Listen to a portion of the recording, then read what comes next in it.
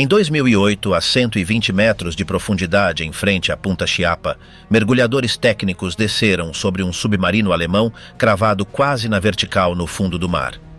A popa estava arrancada por uma explosão. A proa apontava para a superfície. No seu interior permaneciam os restos de cerca de 50 marinheiros desaparecidos desde 1944. O casco era o U-455, uma das unidades implantadas por ordem de Adolf Hitler sob a estratégia do almirante Karl Dönitz. Dönitz apostou em submarinos relativamente pequenos, de cerca de 67 metros de comprimento e capazes de lançar até 14 torpedos em uma única patrulha.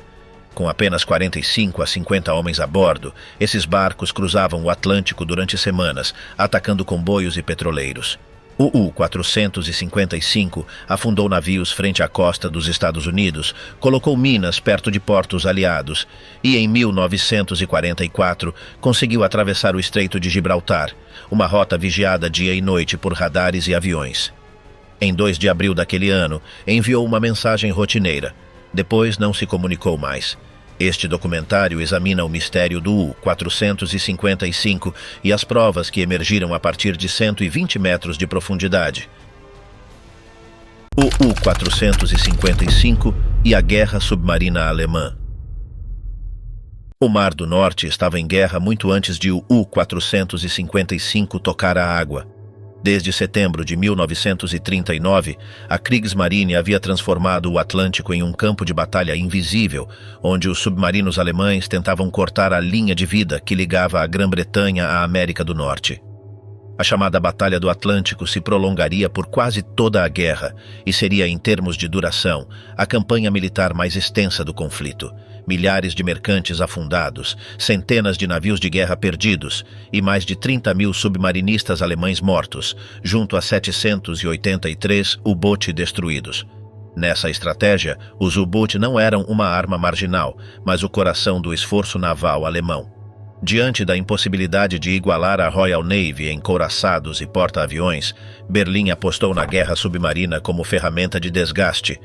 Um submarino bem empregado podia afundar em uma única patrulha mais tonelagem que uma grande unidade de superfície em meses. Mas essa eficácia tinha um preço. Eram, ao mesmo tempo, uma das armas mais letais e uma das mais vulneráveis de toda a guerra. O modelo que acabou dominando a frota foi o Tipo 7, em suas diferentes variantes. Eram submarinos oceânicos relativamente pequenos, de projeto simples e robusto, pensados para operar no Atlântico Norte com autonomia suficiente para alcançar as rotas de comboios e retornar à base sem reabastecimento. O Tipo 6C, ao qual pertenceria o U-455, era a versão aprimorada e padronizada, o cavalo de batalha da frota submarina alemã. Um Tipo 6C típico deslocava cerca de 769 toneladas na superfície e cerca de 870 debaixo d'água. Media cerca de 67 metros de comprimento, com um casco interno resistente e um casco externo leve, que lhe conferiam sua forma característica. Possuía 2 motores a diesel para navegação na superfície e 2 motores elétricos para o avanço submerso, alimentados por grandes baterias de chumbo. Essa configuração permitia alcançar velocidades próximas de 17 nós na superfície, mas apenas cerca de 7 a 8 nós submerso, e apenas por um tempo limitado antes de esgotar as baterias. O armamento estava otimizado para a guerra contra o tráfego mercante. Na proa concentravam-se 4 tubos lança-torpedos, mais um na popa, com capacidade para cerca de 14 torpedos a bordo, ou alternativamente para carregar minas navais em missões específicas. No convés montavam um canhão de 88 milímetros para finalizar alvos danificados ou atacar barcos pequenos, assim como peças antiaéreas de 20 milímetros que, com o avanço da guerra, foram reforçadas diante do aumento da ameaça aérea. A tripulação de um West-TIC girava em torno de 44 a 52 homens, incluindo o comandante, 3 ou 4 oficiais adicionais, suboficiais especialistas e marinheiros. O espaço disponível era mínimo. Torpedos e equipamentos ocupavam boa parte do casco e o restante era preenchido com baterias, depósitos de combustível, provisões e peças de reposição. Não havia espaços privados, dormia-se em turnos em beliches quentes, que mudavam de ocupante cada vez que uma guarda terminava. A umidade, O cheiro de diesel, a condensação e a falta de privacidade faziam parte da rotina diária. Do ponto de vista estratégico, o alto comando alemão via nesses submarinos uma ferramenta flexível. Podiam operar sozinhos, como caçadores independentes, ou coordenados em táticas de matilha de lobos, nas quais vários U-Boot atacavam à noite e na superfície um comboio detectado por rádio ou por aviões de reconhecimento. Durante os primeiros anos da guerra, quando os aliados não tinham cobertura aérea contínua, nenhum sistema de escolta maduro, essas táticas provocaram perdas enormes. Mas, à medida que o conflito avançava, o desenvolvimento de radares, sonares e códigos decifrados começou a reverter essa vantagem. Nesse contexto, o U-455 foi mais um dos muitos submarinos de série que a indústria alemã produziu em ritmo industrial. Tinha sido encomendado em 16 de janeiro de 1940 e sua construção foi realizada nos estaleiros Deutsche Werke AG, em Kiel, um dos centros nevrálgicos da produção submarina. A quilha foi assente em 3 de setembro de 1940, quando a Batalha do Atlântico dava seus primeiros passos, e o casco foi lançado em 21 de junho de 1941, em um momento em que a Alemanha parecia dominar o continente europeu. Após os testes iniciais e o equipamento final, o U-455 foi oficialmente incorporado à Kriegsmarine em 21 de agosto de 1941. Como a maioria dos submarinos recém-construídos, foi inicialmente designado a uma flotilha de treinamento para completar a instrução prática da tripulação e aperfeiçoar os procedimentos de combate, navegação e segurança. Esses meses iniciais eram cruciais para transformar um grupo de marinheiros, muitos deles muito jovens, em uma unidade coesa capaz de suportar patrulhas de várias semanas em condições extremas. O U-455 foi destinado à 7ª Flotilha de U-Boot, com base em Saint-Nazaire, na costa atlântica francesa. A partir dali, iniciaria suas primeiras patrulhas de combate, seguindo o padrão típico dos submarinos alemães em 1942, saída para o Mar do Norte, trânsito pelas perigosas águas entre a Islândia e as Ilhas Britânicas, e, finalmente, avanço para as rotas oceânicas por onde circulavam os grandes comboios aliados. Em sua primeira patrulha operacional, o U-455 navegou para as frias águas do Atlântico Norte. A área entre Islândia e Escócia era um dos corredores mais vigiados do conflito, pois concentrava boa parte do tráfego entre a América do Norte e a Grã-Bretanha. O submarino avançava alternando navegação na superfície e submerso, usando a noite e o mau tempo para se aproximar das rotas dos comboios, com o objetivo de interceptar navios mercantes isolados ou mal escoltados. A vida a bordo era organizada em turnos rigorosos: vigias na ponte, operadores de escuta no hidrofone, pessoal de máquinas controlando os motores a diesel e baterias, enquanto o comandante e o oficial de guarda avaliavam relatórios de inteligência e sinais de rádio. Os primeiros contatos confirmaram a lógica da guerra submarina daquele momento. O U-455 fazia parte, às vezes, de grupos de ataque coordenados que recebiam informações sobre comboios detectados por outros U-Boot ou por aviões de reconhecimento. A tática consistia em se aproximar à noite, preferencialmente na superfície, onde o submarino era mais rápido e manobrável, para lançar salvas de torpedos a distâncias relativamente curtas. O risco, no entanto, era evidente. Cada aproximação aumentava a probabilidade de ser detectado pelos escoltas armados com sonar e cargas de profundidade. Após essa experiência inicial no Atlântico Norte, o U-455 foi empregado em missões mais ambiciosas.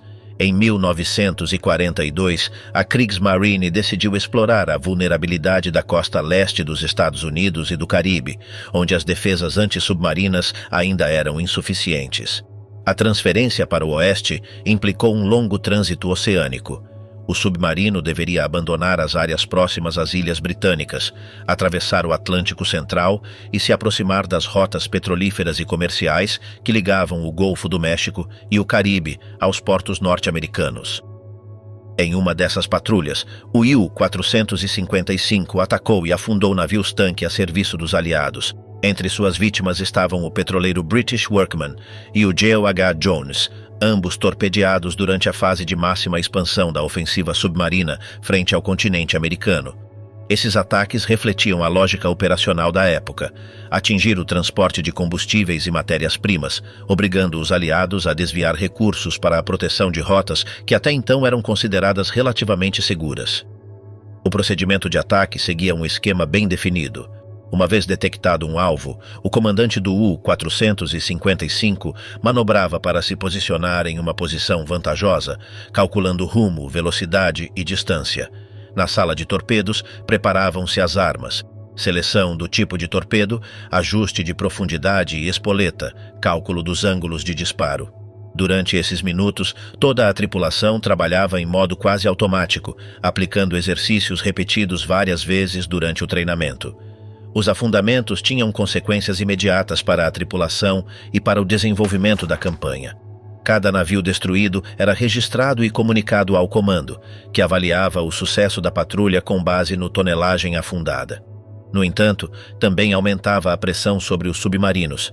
Os aliados reforçavam a escolta dos comboios, melhoravam seus procedimentos e adaptavam suas táticas. Para a tripulação do U-455, cada patrulha vitoriosa significava também um aumento do risco nas missões seguintes. A estadia nas bases atlânticas como Saint-Nazaire oferecia um breve respiro entre patrulhas. Ali, o submarino passava por revisões técnicas: reparo de danos, manutenção dos motores, substituição de baterias defeituosas, revisão dos sistemas de armas e atualização dos equipamentos de comunicação.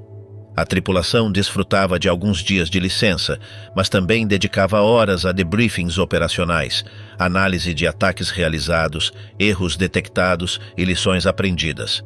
A guerra submarina era um processo de adaptação contínua, e comandantes experientes compartilhavam conclusões com outros oficiais para aumentar as chances de sobrevivência.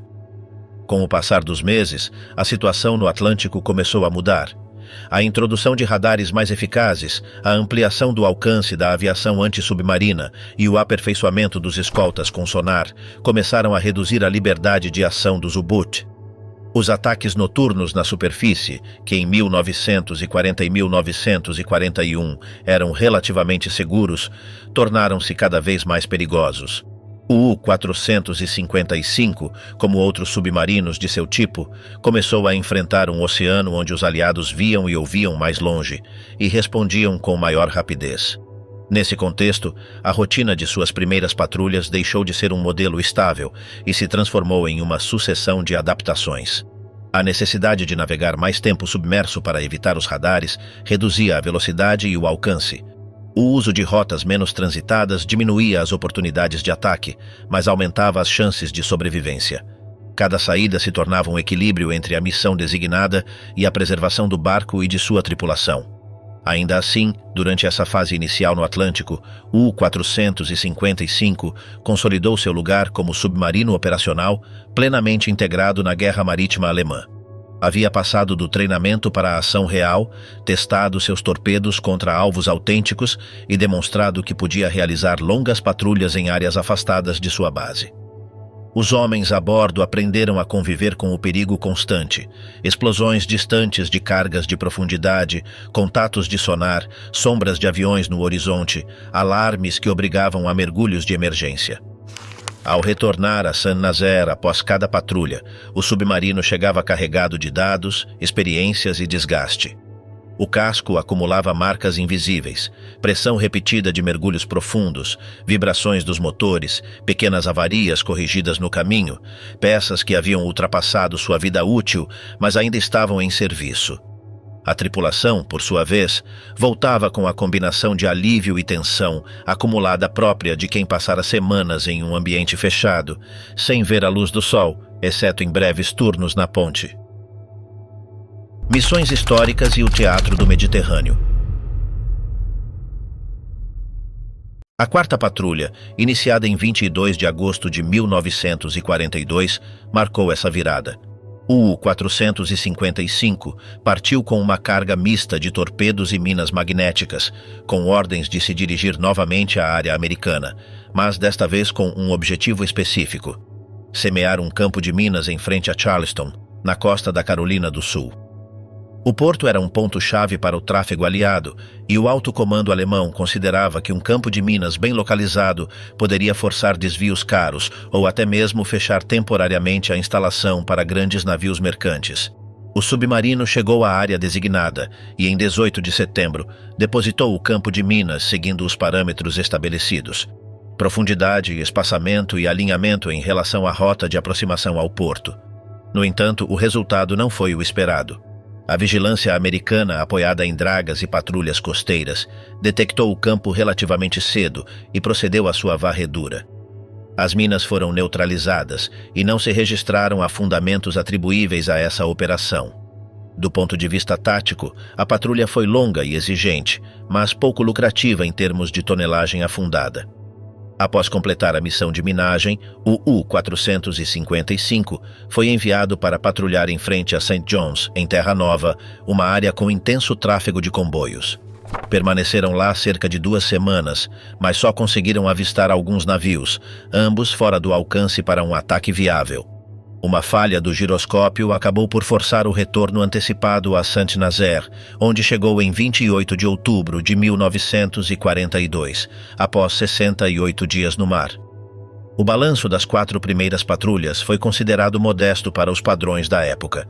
Nesse contexto, ocorreu uma mudança no comando. O primeiro comandante, Hans-Heinrich Gissler, deixou o submarino para outras funções, e em 24 de novembro de 1942, o U-455 partiu em sua 5ª patrulha sob o novo capitão, Hans-Martin Scheibe. A mudança de comando não significava apenas outra assinatura nos relatórios de guerra. Implicava ajustes no estilo de liderança, critérios de risco e prioridades táticas. Em 1943, a guerra no Atlântico havia entrado em uma fase mais perigosa para os submarinos. Os aliados haviam aperfeiçoado o sistema de comboios, ampliado a cobertura aérea com porta-aviões de escolta e equipado seus navios com radares e sonares mais confiáveis. Nesse ambiente, as missões de minagem tornaram-se uma forma de multiplicar o impacto de cada U-boot. Um único submarino, em uma única patrulha, podia deixar para trás um campo de minas capaz de afundar ou danificar vários navios semanas depois, sem necessidade de se arriscar novamente na área. A 6ª patrulha oferece um exemplo claro. Em 23 de março de 1943, o U-455 deixou Saint-Nazaire rumo ao Atlântico Sudeste, com ordens de colocar um campo de minas nas proximidades de Casablanca, porto que se havia tornado um grande centro logístico, aliado após o desembarque no norte da África. Em 10 de abril, o submarino semeou 12 minas na área designada. O resultado foi tangível. Em 25 de abril, o cargueiro francês Rouenet colidiu com uma dessas minas e afundou, confirmando a eficácia da minagem encoberta realizada semanas antes. Durante essa mesma patrulha, ocorreu um dos episódios mais singulares na trajetória do U-455. Na noite de 13 para 14 de abril, o submarino recebeu ordens de resgatar a tripulação do U-167, um U-boot que havia sido danificado por forças inimigas perto das Ilhas Canárias e que, incapaz de continuar a navegação, havia sido finalmente escorado e afundado por sua própria tripulação para evitar a captura. O U-455 resgatou os sobreviventes próximo a Las Palmas e depois se reuniu com outros 2 submarinos para redistribuir os 50 homens do U-167 entre as 3 unidades, antes de colocar rumo de volta à França. Durante algumas horas, o casco, já saturado de homens e equipamentos, abrigou uma tripulação ampliada, testemunho da solidariedade interna da frota submarina e da necessidade permanente de salvar pessoal experiente. A 7ª patrulha, iniciada em 30 de maio de 1943, consistiu em operações independentes no Atlântico Central. Poucos dias após deixar a base, o U-455 foi atacado em 2 ocasiões por aviões britânicos, sem sofrer danos graves, mas a experiência confirmou algo que os submarinistas já intuíam. O céu havia se tornado um inimigo constante. A presença de aparelhos anti-submarino armados com cargas de profundidade, foguetes e radares de busca reduzia drasticamente as chances de navegar em superfície com segurança. O submarino operou a oeste dos Açores e, no final de junho, deslocou-se para oeste de Lisboa. Lá, Em 20 de julho, tentou atacar um vapor inimigo. 5 torpedos foram disparados, mas não atingiram o alvo. Com essa frustração operacional e um crescente desgaste da tripulação, o U-455 retornou a Saint-Nazaire, chegando em 31 de julho de 1943. A 8ª Patrulha, que começou em 20 de setembro de 1943, evidencia a transição do U-455 para um cenário ainda mais perigoso. O alto comando tinha a intenção de reforçar a presença de U-Boot no Mediterrâneo após a invasão aliada da Itália e ordenou que o submarino cruzasse o Estreito de Gibraltar. O plano consistia em infiltrar-se no mar interior e operar contra as rotas de abastecimento aliadas nessa nova zona de combate. No entanto, as defesas anti-submarino no estreito já eram muito sólidas: redes, campos de minas, vigilância constante, radares e sonares integrados em uma malha quase contínua. O U-455 não conseguiu atravessar o estreito e foi redirecionado para unir-se ao grupo de ataque Rosbach, que operava a sudoeste da Islândia. Nessa mesma patrulha, ocorreu outro episódio significativo. Em 4 de outubro de 1943, o U-455 se reuniu ao norte dos Açores com outros 2 submarinos e com o petroleiro submarino U-460 para reabastecimento em alto mar. Enquanto um dos U-Boot terminava de reabastecer-se, um avião torpedeiro Grumman T-BF Avenger, procedente do porta-aviões de escolta americano USS Card, detectou o grupo e atacou. O primeiro ataque não causou impactos decisivos, mas a aeronave chamou reforços. O U-455 submergiu antes da chegada dos outros aviões. Os 3 submarinos restantes ficaram expostos em superfície. No combate subsequente, o U-460 foi afundado com toda a sua tripulação. Esse incidente sublinhou um risco adicional: a dependência dos petroleiros submarinos e a vulnerabilidade extrema dos reabastecimentos em alto mar frente à aviação inimiga. Pouco depois, já em outubro, o U-455 colidiu com outro submarino alemão, o que causou danos suficientes para obrigá-lo a abortar a patrulha. A colisão, resultado de manobras em condições de baixa visibilidade e forte pressão operacional, evidenciou até que ponto o Atlântico havia se tornado um espaço saturado de riscos, não apenas pela presença aliada, mas também pela concentração de unidades próprias em áreas relativamente reduzidas. O U-455 retornou ao porto, desta vez em Lorient, onde chegou em 11 de novembro de 1943, com danos estruturais que exigiram reparos em estaleiro. O passo definitivo para o Mediterrâneo começou a se gestar quando o U-455, após os reparos em Lorient, recebeu a ordem de abandonar definitivamente o Atlântico aberto. Em 6 de janeiro de 1944, partiu em sua 9ª patrulha com um objetivo concreto: atravessar o Estreito de Gibraltar, penetrar no mar interior e ficar sob o comando operacional das forças submarinas destinadas ao sul da Europa. O estreito era, naquele ponto da guerra, um dos setores mais perigosos do planeta para um submarino. Um corredor de apenas cerca de 30 quilômetros de largura, com correntes complexas, tráfego intenso e uma concentração excepcional de meios antissubmarinos aliados. Estações de sonar em terra, navios equipados com ASDIC, campos de minas, refletores, radares costeiros e patrulhas aéreas constantes. Para um U-Boot, atravessar esse gargalo significava passar por um espaço onde, durante horas, cada ruído de máquinas ou cada bolha podia denunciar sua presença. A travessia foi realizada de acordo com os procedimentos desenvolvidos pela Kriegsmarine para essas infiltrações tardias. O U-455 aproximou-se do estreito a partir do Atlântico Norte, ajustando sua rota para aproveitar ao máximo as zonas de sombra acústica e as faixas onde o relevo submarino dificultava o desempenho dos sonares. Na fase crítica, navegou em baixa velocidade e em regime de silêncio, com restrições severas no uso dos equipamentos internos para reduzir vibrações e ruídos parasitas. As ordens eram claras: evitar qualquer contato desnecessário, não atacar e concentrar-se exclusivamente na sobrevivência durante a travessia.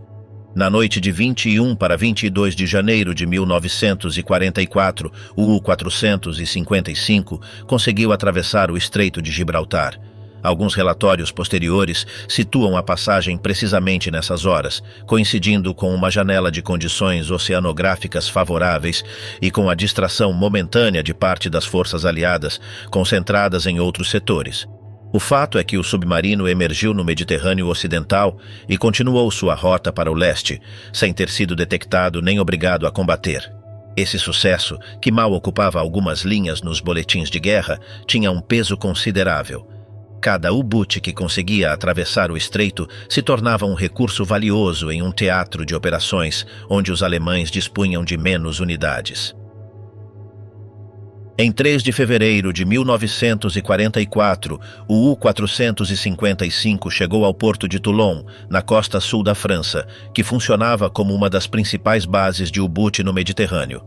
Ali ficou sob a órbita da futura 29ª Flotilha, a unidade encarregada de coordenar as operações submarinas alemãs nesse mar na fase final do conflito. A transição não era apenas geográfica, implicava adaptar-se a um ambiente tático distinto, com distâncias menores que no Atlântico, mas com uma densidade muito maior de meios anti-submarinos, tráfego civil e militar e uma geografia costeira complexa. Toulon, no início de 1944, era um porto submetido a tensão constante. A Luftwaffe havia visto sua capacidade de proteger as bases reduzida, enquanto a aviação aliada aumentava a frequência e precisão de seus ataques. Os U-boot atracados tinham que conviver com alarmes aéreos frequentes, danos nas infraestruturas e dificuldades logísticas crescentes. Combustível, peças de reposição e até torpedos chegavam com mais dificuldade do que nos anos anteriores, o que obrigava a priorizar patrulhas e economizar recursos. Nesse contexto, o U-455 passou por uma fase de manutenção e preparação específica para o novo teatro de operações. Foram revisados os motores a diesel e elétricos, inspecionados os tanques de combustível e as baterias, avaliados os danos acumulados pelas patrulhas anteriores e verificados os sistemas de imersão. Qualquer falha aqui no Atlântico poderia ser tolerada por alguns dias a mais. No Mediterrâneo podia ser fatal, dada a pouca profundidade em muitas áreas e a constante proximidade da costa.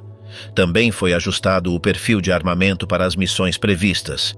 O Mediterrâneo de 1944 não oferecia as grandes concentrações de comboios vulneráveis que havia conhecido no Atlântico em 1942.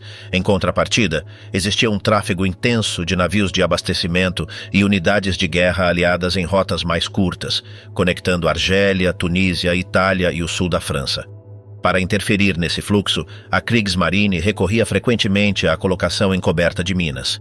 Submarinos que se aproximavam de portos ou rotas obrigatórias para plantar minas magnéticas ou de contato, projetadas para explodir quando um navio passasse semanas depois. O U-455, que já tinha experiência nesse tipo de operação frente a Charleston e Casablanca, era um candidato natural para repetir esse papel no Mediterrâneo. Enquanto os preparativos eram finalizados, a situação estratégica geral continuava se deteriorando para a Alemanha. Após o desembarque aliado na Itália e a posterior queda de Mussolini, o controle do eixo sobre o Mediterrâneo havia sido drasticamente reduzido. As bases na Tunísia haviam sido perdidas, a Sicília estava em mãos aliadas e boa parte da costa italiana já se encontrava sob seu controle.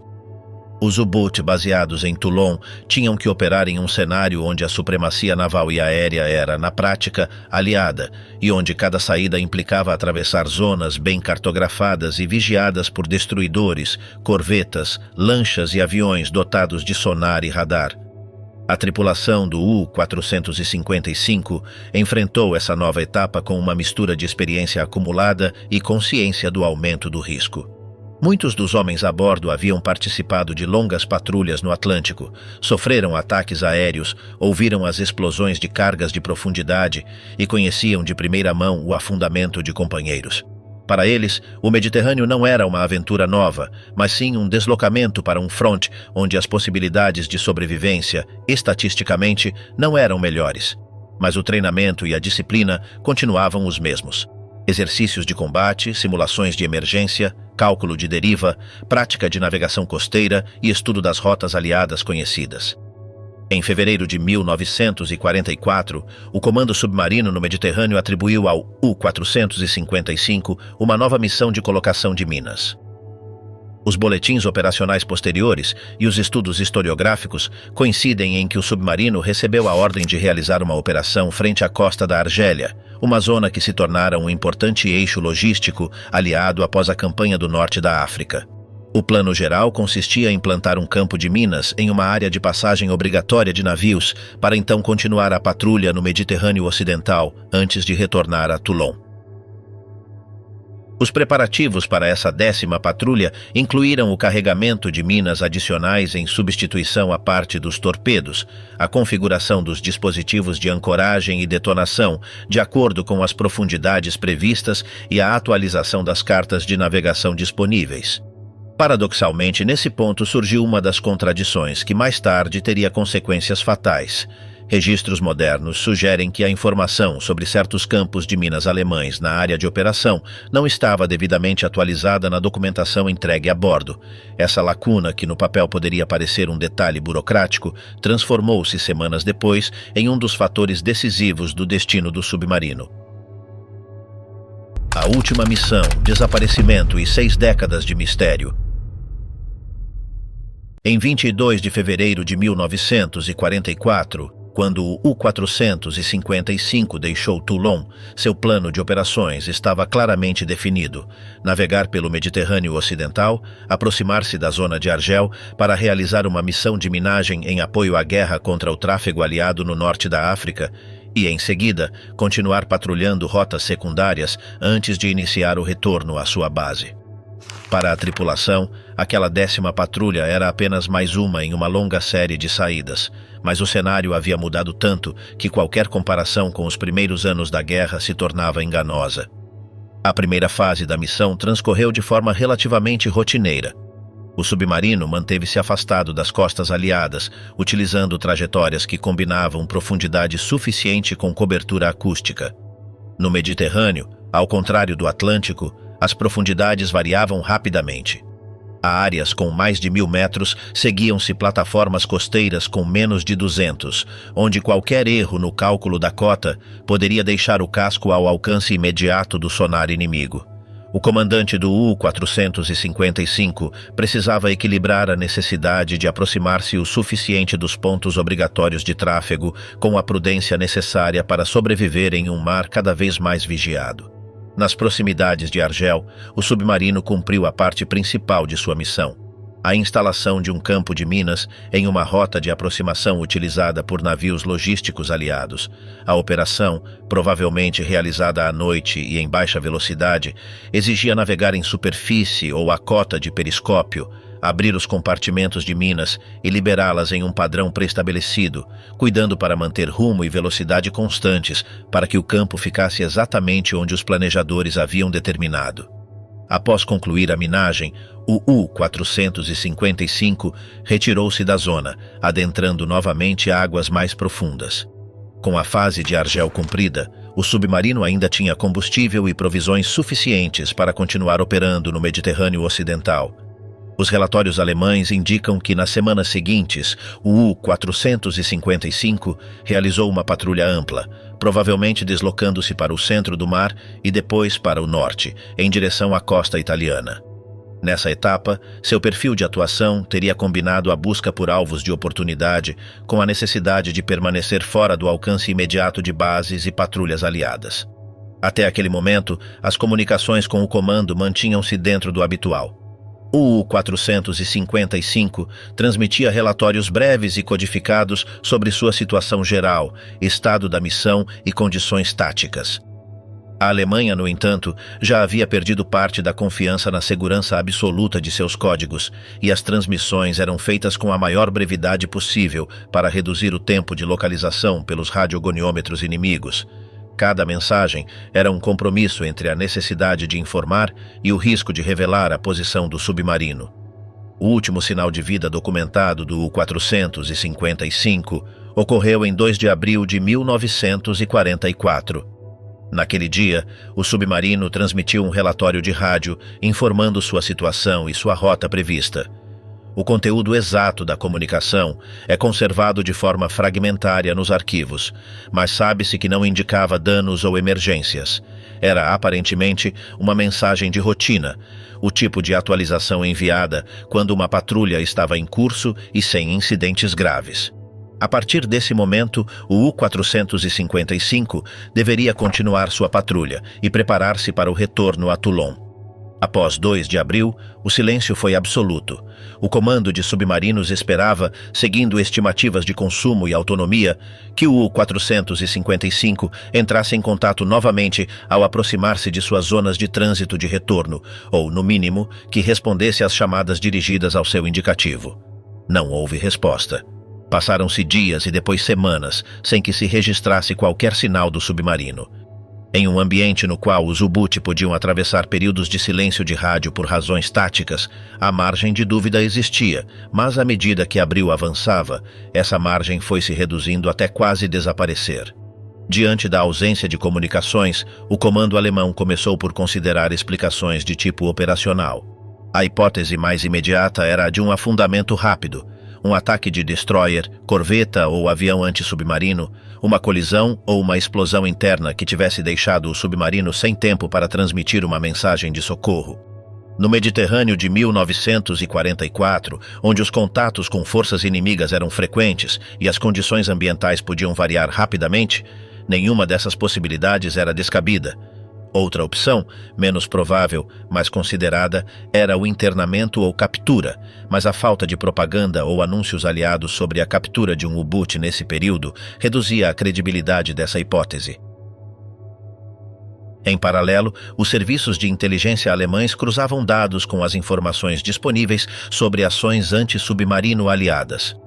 Após a guerra, muitos U-Boot desaparecidos foram correlacionados com ataques concretos registrados em relatórios britânicos ou americanos, uma série de cargas de profundidade lançadas em determinada data e local, um contato sonar seguido de uma forte explosão, restos de combustível ou óleo na superfície. No caso do U-455, entretanto, durante muito tempo não existiu um correlato claro. Algumas fontes o vincularam de maneira tentativa a atividades antissubmarino próximas a La Spezia, outras a campos de minas na região da costa da Ligúria, mas sem uma confirmação conclusiva. Administrativamente, os prazos eram mais rígidos do que as hipóteses.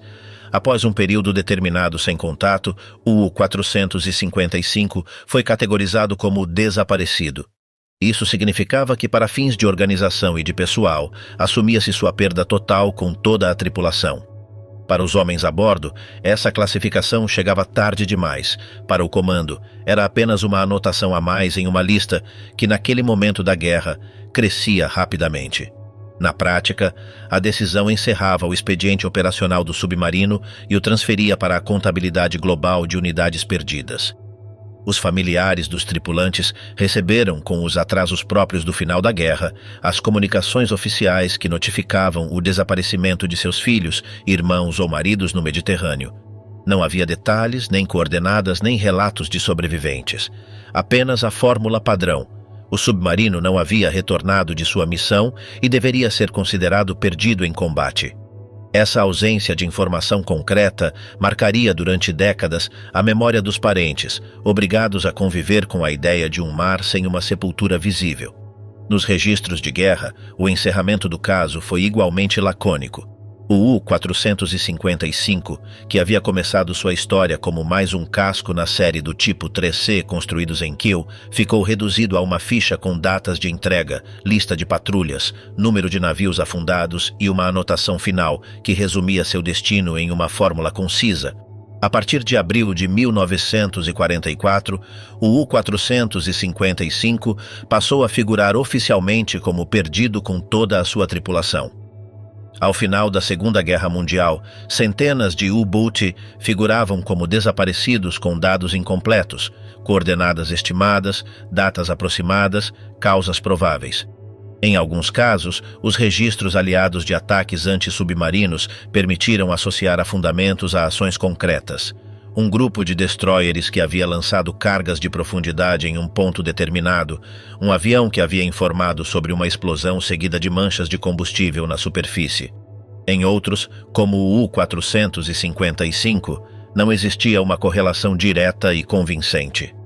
Ao longo dos anos 50 e 60, os primeiros estudos sistemáticos sobre a guerra submarina tentaram esclarecer esses vazios. Pesquisadores navais britânicos, americanos e alemães cruzaram relatórios de combate, diários de guerra e testemunhos de veteranos. No caso do U-455, as reconstruções iniciais tenderam a assumir que o submarino havia sido vítima de um campo minado ou de um ataque de unidades antissubmarinas em algum ponto entre sua zona de patrulha frente a Argel e sua base prevista em La Spezia. Sem restos físicos, a hipótese da mina foi considerada a mais plausível e se consolidou na literatura especializada. Com o tempo, o esforço de esclarecimento tornou-se mais rigoroso. Autores como Rainer Niestle e compiladores de bases de dados como Gudmundur Helgason reexaminaram caso a caso as perdas de U-Boot, corrigindo atribuições erradas e ajustando datas e posições. Em muitos processos, ataques que se acreditava terem sido bem-sucedidos, na verdade, não haviam afundado nenhum submarino, enquanto outros naufrágios foram melhor explicados por minas ou acidentes. O U-455 permaneceu ainda assim em uma categoria intermediária. Desaparecido no mar da Ligúria, provavelmente por uma mina alemã do campo Fußballclub, mas sem comprovação material. Enquanto isso, no plano local, o Mediterrâneo frente à costa da Ligúria continuava guardando seus próprios segredos. Pescadores da zona de Camogli falavam há anos sobre um submarino enredado nas redes mar adentro, em um fundo profundo frente à Punta Chiapa, a oeste de Gênova. Na tradição oral marítima, relatos semelhantes não eram raros. Ecos anômalos de sonar, artes perdidas em zonas concretas, histórias de um casco que puxava os aparelhamentos para o fundo. Durante muito tempo, essas menções não passaram de rumores sem verificação científica.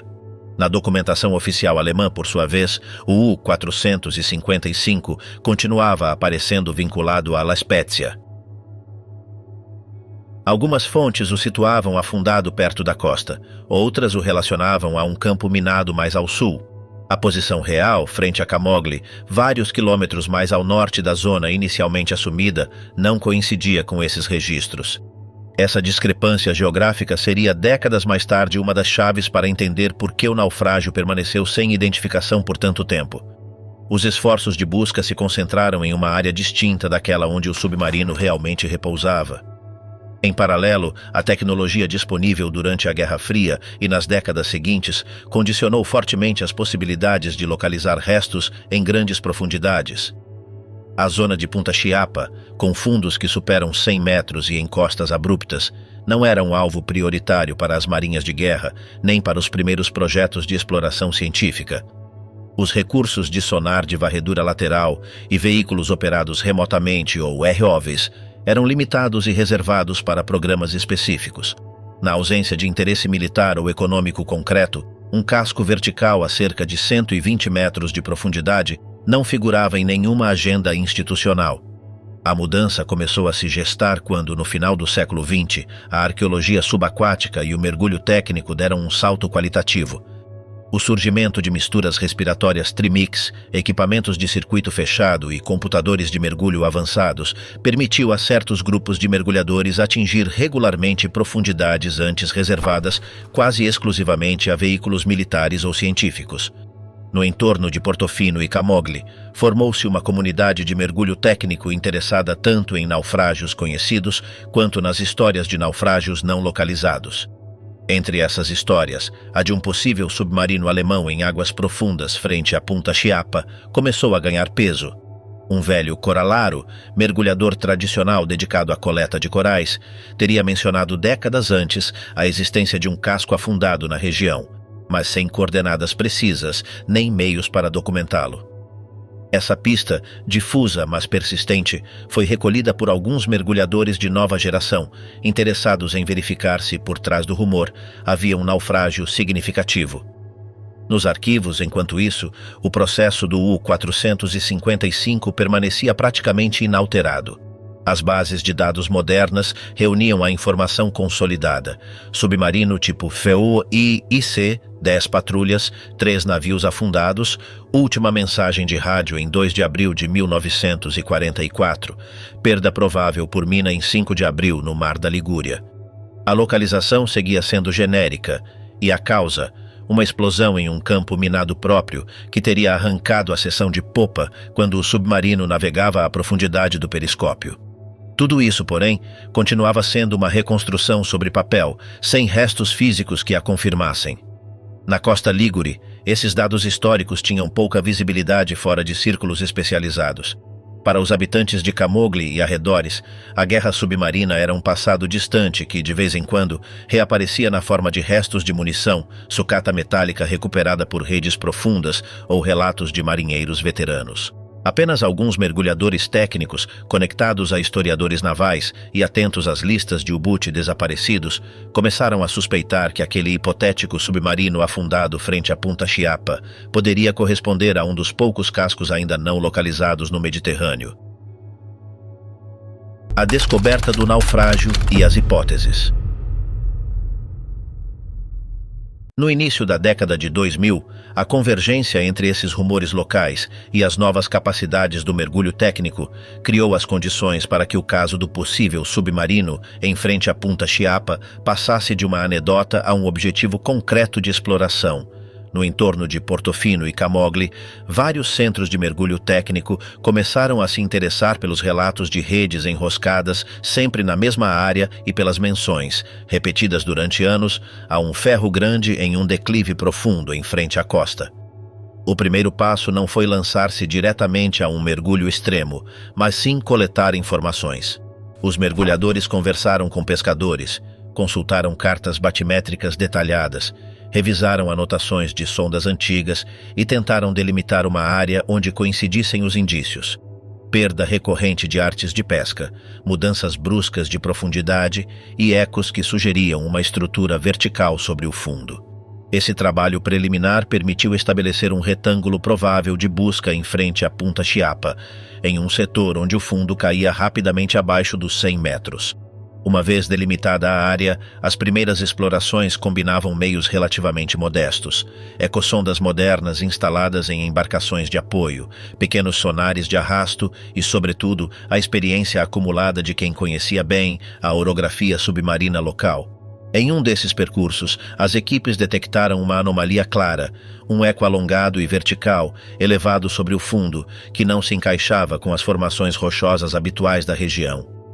A partir dessa descoberta instrumental, a etapa seguinte era inevitável: planejar um mergulho de reconhecimento. O mergulho a cerca de 110 a 120 metros de profundidade exige preparação meticulosa. As misturas respiratórias deveriam ser ajustadas para minimizar os riscos de narcose e toxicidade de oxigênio. As tabelas de descompressão e os tempos de fundo eram calculados com precisão. Organizavam-se equipes de mergulhadores principais e de apoio, com etapas de gás colocadas em diferentes profundidades para facilitar as trocas durante a subida. O objetivo do primeiro mergulho não era penetrar em um possível naufrágio, mas simplesmente identificar do que se tratava e documentar o que fosse possível com câmeras de vídeo e fotografia. Em um desses mergulhos iniciais, em meados da década de 2000, os mergulhadores desceram pela coluna d'água em frente à Punta Chiapa, seguindo a referência do sonar. À medida que se aproximavam do fundo, na tênue luz de seus focos, começou a se delinear a silhueta de uma estrutura metálica de grande tamanho. O que primeiro chamou a atenção foi a verticalidade do casco, a proa apontando para cima, inclinada em relação ao fundo, como se o navio tivesse ficado cravado no declive submarino. Ao redor, em um raio relativamente pequeno, observavam-se restos metálicos dispersos, fragmentos de estrutura e seções torcidas. Ao se aproximarem, os mergulhadores puderam distinguir traços inequívocos de um submarino da Segunda Guerra Mundial.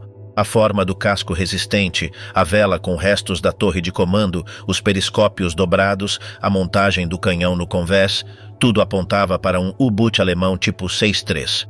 A identificação visual básica foi reforçada por detalhes específicos: escotilhas, suportes de armamento e a disposição de alguns elementos externos coincidiam com a configuração conhecida dessa classe de submarinos. As imagens captadas durante essa primeira inspeção foram suficientes para confirmar que não se tratava de um mercante nem de um navio italiano, mas de um submarino alemão. A posição do naufrágio era chamativa. O casco encontrava-se praticamente vertical, apoiado sobre a seção de popa, com a proa orientada para cima, a cerca de 120 metros de profundidade. A parte dianteira parecia relativamente intacta. A área das máquinas e a popa, por outro lado, apresentavam danos severos: fragmentação do casco, chapas dobradas para fora e restos dispersos descendo a encosta do declive. Essa distribuição sugeria uma destruição violenta concentrada na seção posterior, compatível com uma explosão externa de grande potência próxima à zona de propulsão. Após retornar à superfície, os mergulhadores compartilharam seus registros com historiadores e especialistas em guerra naval. A pergunta imediata era óbvia: qual U-boot poderia corresponder a esse naufrágio? No Mediterrâneo Ocidental, vários submarinos alemães haviam sido perdidos, mas apenas alguns no Mar da Ligúria, e menos ainda em um setor tão específico como a frente de Camogli.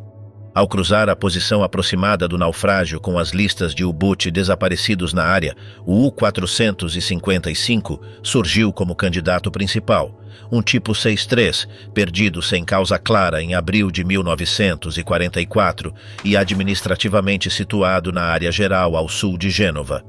Começou então uma fase de identificação mais precisa.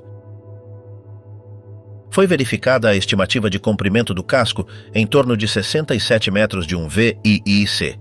Compararam-se fotografias de detalhes estruturais com plantas de estaleiro e revisaram-se, mais uma vez, os registros de perdas de submarinos no Mediterrâneo.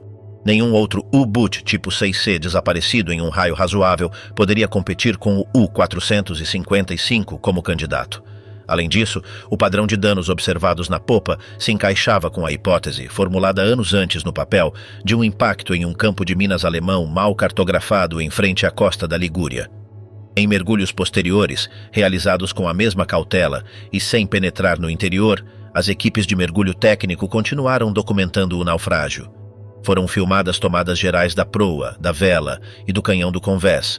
Registrou-se detalhadamente a área de fratura na seção traseira.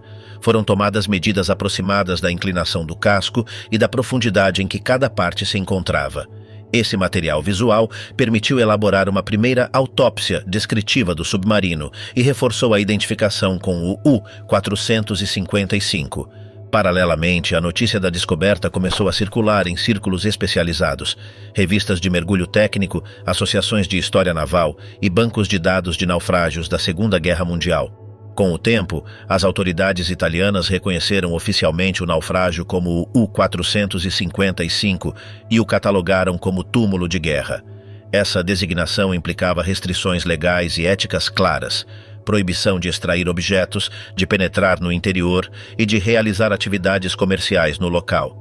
O submarino não era apenas um resto histórico, mas também a sepultura de cerca de 50 homens desaparecidos desde 1944. A partir desse reconhecimento, o U-455 deixou de ser um simples número em uma lista de submarinos perdidos para se tornar um ponto concreto no mapa do Mediterrâneo. Um casco vertical em frente à Punta Chiapa, acessível apenas a mergulhadores técnicos experientes e visitado com uma mistura de interesse histórico e respeito. Os relatos de quem desceu até ele coincidiam em descrever a impressão de se deparar com um fragmento congelado da guerra, uma máquina de aço que permanecera 6 décadas em silêncio, conservando em seu interior os restos de sua última tripulação. As observações acumuladas pelos mergulhadores técnicos em Punta Chiapa permitiram algo que durante 60 anos havia sido impossível: uma reconstrução física, embora parcial, do naufrágio do U-455 a partir de seu próprio casco. A posição vertical do submarino, a distribuição dos restos no talude e o padrão de danos na seção de popa ofereciam indícios claros sobre o que poderia ter ocorrido nos instantes finais de sua última patrulha. O primeiro ponto que chamou atenção em todos os relatórios foi o contraste entre a proa e a popa. A parte dianteira do submarino, incluindo grande parte do casco resistente, a vela e a montagem do canhão, aparecia relativamente íntegra. Havia corrosão, colonização biológica e deformações próprias de décadas de pressão e correntes, mas não se observavam grandes fendas nem colapsos do casco para o interior. Em contraste, a área das máquinas e a popa apresentavam um nível de destruição muito superior. Chapas arrancadas e dobradas para fora, seções do casco leve separadas do resistente e fragmentos metálicos espalhados morro abaixo. Esse padrão sugeria uma explosão externa concentrada na parte traseira do submarino. Se a origem tivesse sido uma detonação interna de baterias ou combustível, seria esperado um dano mais uniforme ou sinais evidentes de ruptura para o exterior nas áreas de tanques ou compartimentos afetados. O que as imagens mostravam era mais coerente com a explosão de uma mina nas proximidades da seção de propulsão, com a onda expansiva atingindo diretamente o casco e rasgando as estruturas externas. A inclinação do submarino, apoiado na popa com a proa apontando para cima, reforçava essa interpretação. Tudo indicava que o U-455, ao receber o impacto, perdeu imediatamente a integridade de sua parte traseira, inundando rapidamente os compartimentos das máquinas e os espaços adjacentes. A perda súbita de flutuabilidade na popa teria provocado que o casco afundasse de ré, descendo pelo talude até ficar encaixado no fundo nessa posição quase vertical. A proa, mais leve e menos danificada, teria ficado elevada como finalmente foi encontrada. Sobre essa base física se sobrepuseram os dados de arquivo. Sabia-se que o U-455 operava em uma área onde a própria Kriegsmarine havia colocado campos de minas destinados a proteger Gênova e a costa da Ligúria de incursões aliadas. Um desses campos, conhecido como Fußballclub, havia sido colocado algum tempo antes da última patrulha do submarino. A hipótese que os historiadores haviam formulado no papel muito antes da descoberta agora se encaixava com os danos observados no naufrágio. A imagem combinada que surge dessa leitura é a de um submarino que, após completar sua missão de minagem e patrulha, navega a cota de periscópio ou em imersão rasa em frente à costa da Ligúria, talvez em trânsito para sua base prevista. O comandante segue cartas que, em teoria, mostram a posição dos campos de minas amigos e traçam corredores relativamente seguros.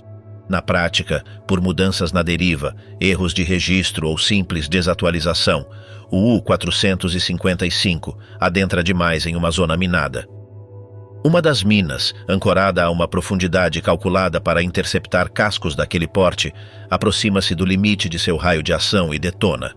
A detonação, concentrada na seção de popa, destrói ou danifica gravemente os eixos de transmissão, os lemes e a estrutura resistente na área das máquinas. Em questão de segundos, a inundação desses compartimentos torna irrecuperável o controle da flutuabilidade e da direção do submarino. A tripulação não dispõe de tempo nem condições para enviar uma mensagem de socorro ou realizar manobras de emergência significativas. O casco perde estabilidade, cai para trás e precipita-se pelo talude submarino até ficar apoiado no fundo, onde permanecerá imóvel durante as 6 décadas seguintes. Um elemento importante nessa reconstrução é o que não se vê. A proibição de penetrar no interior do U-455, derivada de sua condição de túmulo de guerra, impede verificar diretamente o estado dos compartimentos internos ou a posição dos restos humanos. Mas, precisamente por essa condição, a interpretação dominante supõe que a morte dos aproximadamente 50 homens a bordo foi rápida e inevitável. Em profundidades comparáveis e com danos dessa magnitude na popa, as possibilidades de controlar a inundação ou de alcançar a superfície eram, na prática, nulas. A análise do naufrágio, além de esclarecer o provável modo de afundamento, permitiu corrigir erros acumulados nos registros históricos. A posição real, em frente a Camogli e não perto de La Spezia, obrigou a ajustar mapas e bases de dados que situavam de maneira imprecisa a perda. A confirmação de que os danos eram compatíveis com uma mina e não com cargas de profundidade ou bombas aéreas contribuiu para purificar a atribuição de afundamentos no Mediterrâneo, evitando duplicidades nas listas de êxitos aliados e encaixando melhor a cronologia das ações anti-submarino com as perdas reais.